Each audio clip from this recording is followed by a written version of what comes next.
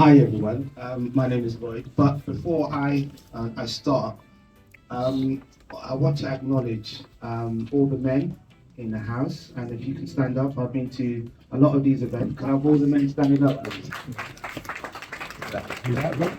If you're able to stand up, I mean, I've been to a lot of these functions before, and as men, we are underrepresented. So I just want to acknowledge the men in the house.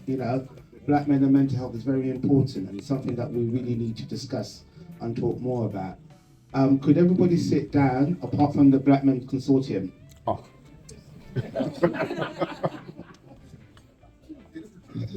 So I'm a member of the Black Men's Consortium. You may see a couple of us walking around with our T-shirt. We're a creative drama-based group based in Brixton, F Road at Clubhouse Mosaic. So we create workshops, plays and stories based off lived experience. We have performed in places like Brixton House Theatre, Streatham Library.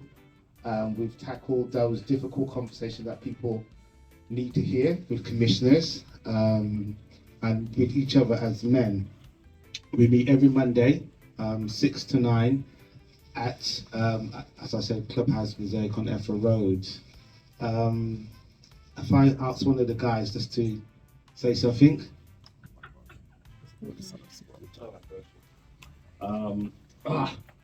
I'm Yusuf. What I'm going to say is that the one thing I would say with Black Men Consortium is that we have been able to do a lot of stuff in the NHS when it comes to psychiatry. We have put on workshops within psychiatry, and we are continuing to do this with the NHS, also with places like Mosley Hospital. But for me personally, with the Black Men Consortium, is that I myself am master in family psychotherapy.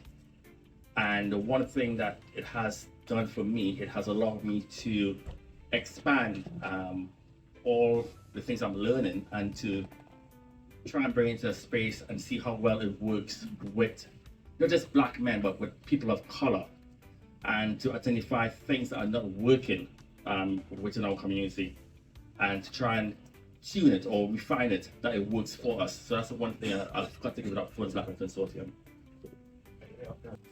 This thing about the generational thing. So when I look back at my own upbringing, my dad was functionally present but emotionally absent. So my dad used to come home from work, eat, sleep, and that was it. And he would only discipline when mom said, I did such and such a thing, then it would be the bell or the kettle called or whatever. And so the attachment was not there. So I couldn't come and talk to him about relationship problems. I learned off the streets or my cousins and stuff like that. So I had a negative viewpoint of things. Rolling on to when I had my own children, I parented differently.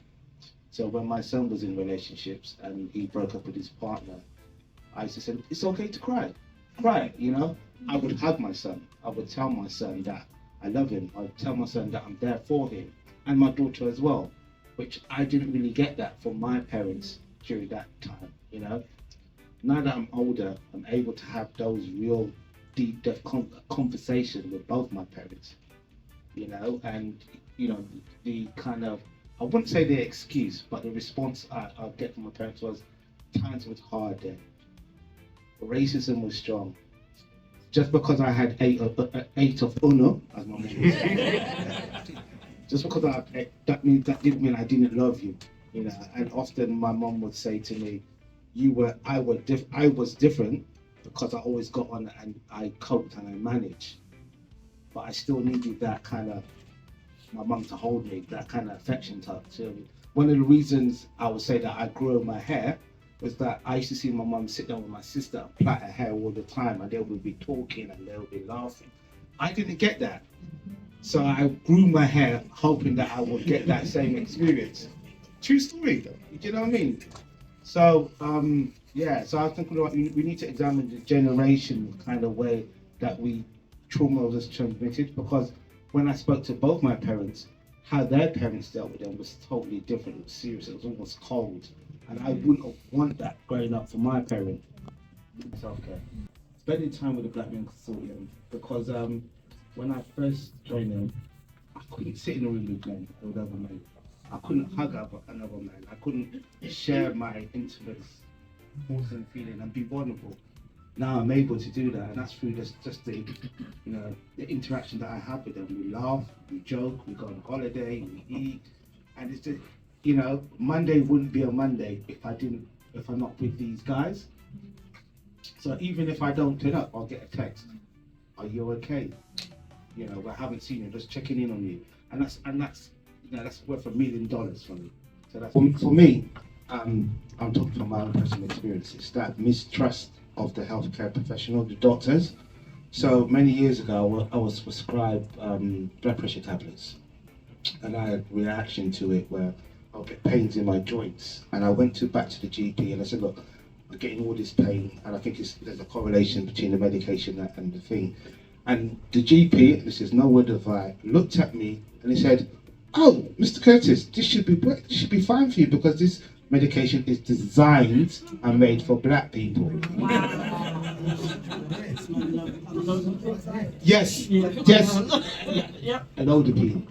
So I came at the doctors and I was really upset. I was vexed. I went to the reception and I said to the receptionist, "I don't want to ever see that doctor again. Get me off." And yeah, so I always had that kind of suspicion. And when I share my stories with family members and even strangers, everybody can relate to it in some way. There are voices to make a change.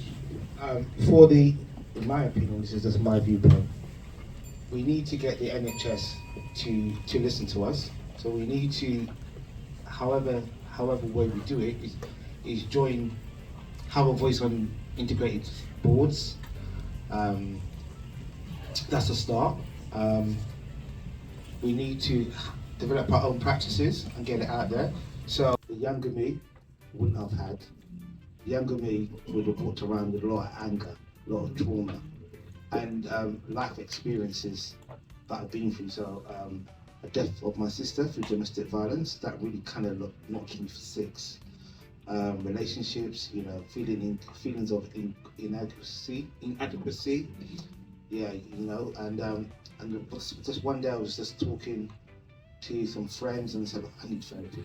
I really need to sort my head out, sort my life out, sort who I am. So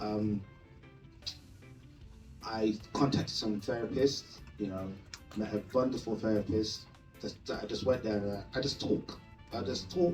They listen, I talk, they listen, they talk. And then, I felt better. I began to strategize, began to look at my life differently. And I would say to especially black men, sorry ladies, but I have to advocate for the black men, that we as men, we don't have that kind of connection where we can talk our most intimate things, So I've spoken to men, or men have spoken to me like they're broken up in their relationships, and they can't express how they feel. So they can't say, I really did love her, but my heart's really hurt. Because if they went to the virgins would say, "Chum man, don't worry about it, go find another woman." Yeah, no woman and I see, but they don't want to hear that. So, if you can do it and you want to do it, it has to come from you. No one can't tell you need to go to therapy. It has to come from you. Yeah, we've got some great therapies here if you ever need to involve yourself in therapy. But my advice to anybody is to engage in therapy. Question for anyone on the panel. In terms of talking therapy, would you encourage self-referral? Yeah. And why? I think the reason why I'd encourage self-referral is because I think it's just it's a quicker process. You're able to you're able to answer all the questions through writing down your answers. Sometimes I feel like when you go through your GP, you could end up falling through the cracks because of delays. So you just rather just self-refer yourself, speed up the process. And just remind people, for those who don't know, how to self-refer themselves. What's the process? So How I've done it in the past is I'll ask my GP if they have any links, and so they'll give me the link, so I'll get it through them, so then I know who's close to me, if that makes any sense. Yeah. So I'll go through there. Okay, thank you. Inspiring. Yeah. Anything else? Informative. Real. Informative. Inspirational. Inspirational. Revealing. Yeah. Anything else? Throw out some words out here. Come on. Anything else? I'm really glad to see the men in place and men representing, because you know we need to show more representation at events like these and support better and other organisations. Anybody in counselling or attend counselling? Or yeah? Give counselling. Yeah, thank you. Just waiting for Bella to organise herself. Sure. Okay. Thank you so much, Lloyd. Thank